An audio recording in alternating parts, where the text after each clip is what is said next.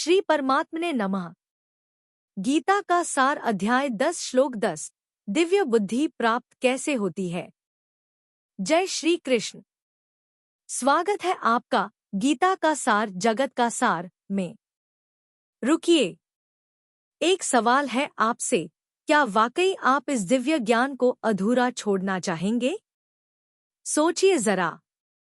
जब किसी को प्रभु की वाणी सुनने का सौभाग्य मिलता है तो क्या वह यूं ही जाने दिया जाता है? अगर आप अब तक सुन रहे हैं तो समझ लीजिए, ये कोई संयोग नहीं, ये प्रभु की विशेष कृपा है। आपके कानों तक जो शब्द पहुंच रहे हैं वो सिर्फ आवाज नहीं, वो उस परम शक्ति का संदेश है जो आपको कुछ कहना चाहती है। हम तो बस एक जरिया हैं, असली संदेशवाहक तो वही हैं। तो बताइए, क्या आप इस अनमोल अवसर को अधूरा छोड़ना चाहेंगे या अंत तक साथ चलेंगे? पिछले श्लोक में हमने जाना कि सच्चे भक्त निरंतर प्रभु का चिंतन करते हैं और आपस में उनके गुणों की चर्चा करते हैं। उनका जीवन प्रभु प्रेम से पूर्ण होता है, वे हृदय से जुड़ जाते हैं। श्लोक तेषा सततयुक्तानां भजता प्रीतिपूर्वकम् ददामि बुद्धियोग त येन मामुपयान्ति ते। अर्थ, जो भक्त प्रेम पूर्वक मेरा भजन करते हैं, मैं उन्हें वह बुद्धियोग देता हूँ जिससे वे मुझे प्राप्त कर सकें। व्याख्या, यहाँ भगवान कह रहे हैं कि केवल भक्ति ही नहीं, बल्कि भक्तों के हृदय की भावना देखकर वह स्वयं उन्हें ज्ञान प्रदान करते हैं। यह ज्ञान हमें सत्य की ओर ले जाता है और अंततः प्रभु से एकत्व की ओर। श्री हरि बोलो। ग्रंथराज श्रीमद् भगवद गीता जी की जय। गीता सुगीता कर्तव्या किमन्यः शास्त्र विस्तरया या स्वयं पद्मनाभस्य मुख पद्माद्विनीयः श्रिता। अथ ध्यानम्। शांताकारं भुजग शयनं पद्मनाभं सुरेशं विश्व आधारं गगन सदृशं मेघवर्णं शुभांगम् लक्ष्मीकांत कमल नयन योगिभिः ध्यान गम्यं वंदे विष्णु भव भयहरं सर्व लोकैकनाथम् यं ब्रह्मा वरुणेन्द्र रुद्रमृतः स्तुन्वन्ति दिव्यैः स्तवैर्वेदैः सांग पद क्रमोपनिषदे गायन्ति यं सामगाः। ध्यान अवस्थित तद्गतेन मनसा पश्यन्ति य योगिनो यस्यान्तं न विदुः सुर असुरगणा देवाय तस्मै नमः। वसुदेव सुतं देव कंस चाणूर मर्दनम देवकी परमानंदम कृष्ण वंदे जगद्गुरुम। प्रीतिपूर्वक निरंतर भजने का फल। श्लोक 10। तेषां सततयुक्तानां भजता प्रीतिपूर्वकम् ददामि बुद्धियोगं त येन मामुपयान्ति ते। उच्चारण की विधि। तेषां सततयुक्तानां भजतां प्रीतिपूर्वकम् ददामि बुद्धियोगं तम येन माम उपयान्ति ते। 10। शब्दार्थ। तेषां अर्थात उन, सततयुक्तानाम अर्थात निरंतर मेरे ध्यान आदि में लगे हुए, और प्रीतिपूर्वकम अर्थात प्रेमपूर्वक, भजताम अर्थात भजने वाले भक्तों को मैं, तम अर्थात वह, बुद्धियोगम अर्थात तत्वज्ञान रूप योग, ददामी अर्थात देता हूँ, येन अर्थात जिससे, ते अर्थात वे, माम अर्थात मुझको, ही, उपयांति अर्थात प्राप्त होते हैं।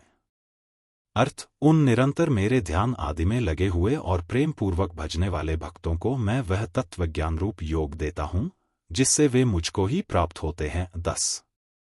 व्याख्या। भगवन्निष्ठ भक्त भगवान को छोड़कर न तो समता चाहते हैं, न तत्वज्ञान चाहते हैं, तथा न और ही कुछ चाहते हैं।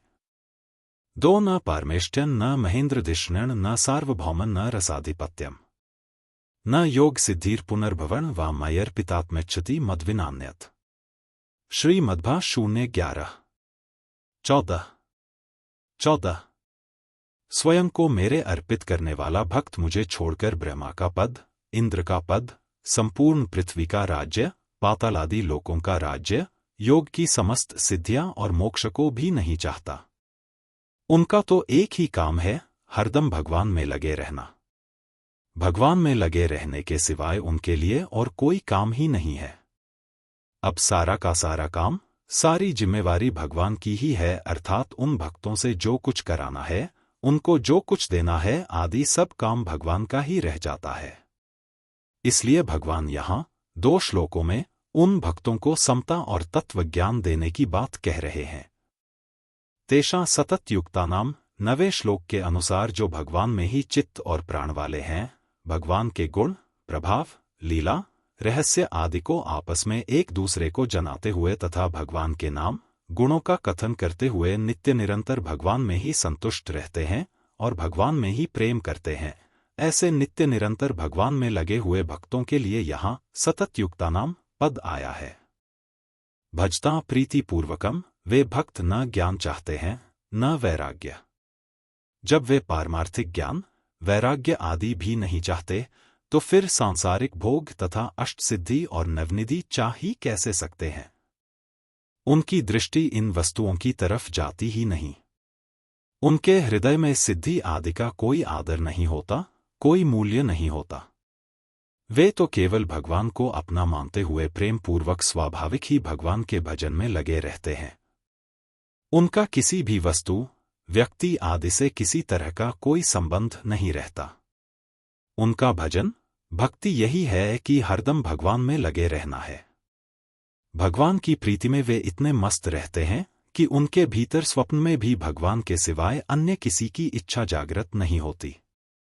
ददामी बुद्धियोगंतम, किसी वस्तु, व्यक्ति, घटना, परिस्थिति आदि के संयोग वियोग से अंतःकरण में कोई हलचल न हो, अर्थात संसार के पदार्थ मिले या न मिले, नफा हो या नुकसान हो, आदर हो या निरादर हो, स्तुति हो या निंदा हो, स्वास्थ्य ठीक रहे या न रहे आदि तरह तरह की और एक दूसरे से विरुद्ध विभिन्न परिस्थितियां आने पर भी उनमें एक रूप, सम रह सके, ऐसा बुद्धियोग अर्थात समता मैं उन भक्तों को देता हूं।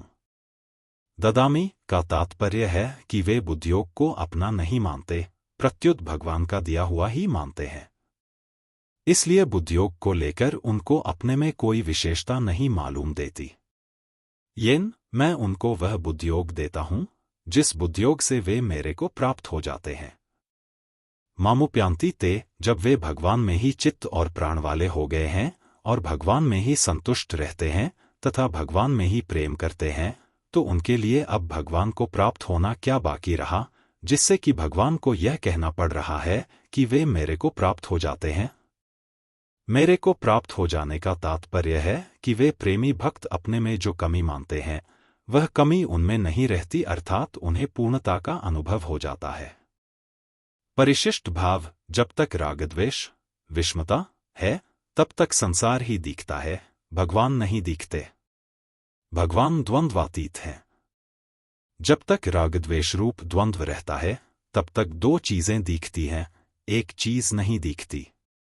जब रागद्वेष मिट जाते हैं तब एक भगवान के सिवाय कुछ नहीं दिखता। तात्पर्य है कि रागद्वेष मिटने पर अर्थात समता आने पर सब कुछ भगवान ही है, ऐसा अनुभव हो जाता है। इसलिए भगवान अपने भक्तों को समता देते हैं।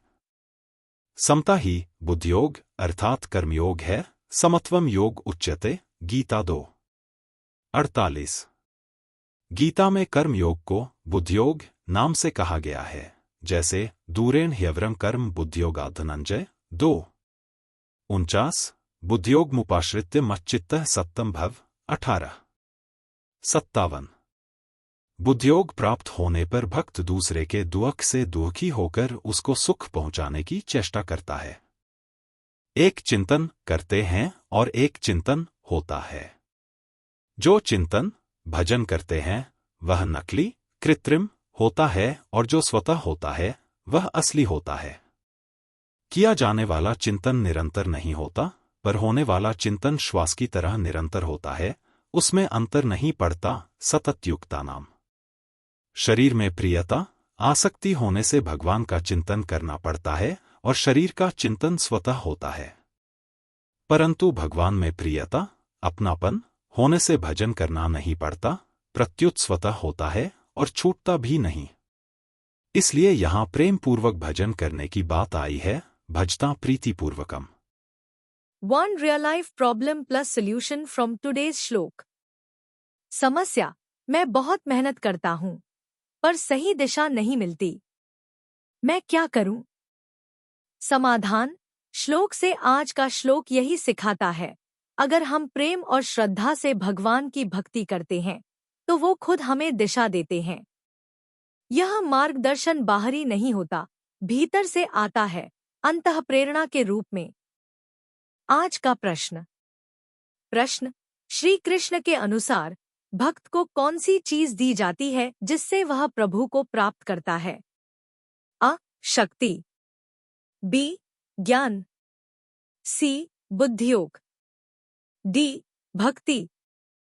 सही उत्तर सी. बुद्धियोग। सीख, केवल किताबें पढ़ने से ज्ञान नहीं आता। जब भक्त पूरे प्रेम और निष्ठा से भगवान का स्मरण करता है तो स्वयं भगवान उसे बुद्धियोग देते हैं, जिससे वह सच्चे मार्ग को पहचान सके। आज की विशेष paid book promotion, speaking Bhagavad Gita in 16 languages. अगर आप गीता को सुनना चाहते हैं और वो भी अपनी पसंदीदा भाषा में, तो यह पुस्तक आपके लिए है। परिवार के हर सदस्य के लिए उपयुक्त। सुनें, समझें और प्रभु से जुड़े। Link https://mzn.to/4jjcoy। कल जानेंगे कि जब भक्तों का अंधकार बढ़ता है तो भगवान स्वयं कैसे उनके भीतर प्रकाश करते हैं।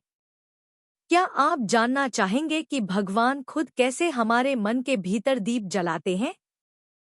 हर दिन हम गीता के एक नए श्लोक की गहराई से व्याख्या करते हैं, जिससे आपको आध्यात्मिक और व्यावहारिक जीवन में मार्गदर्शन मिले।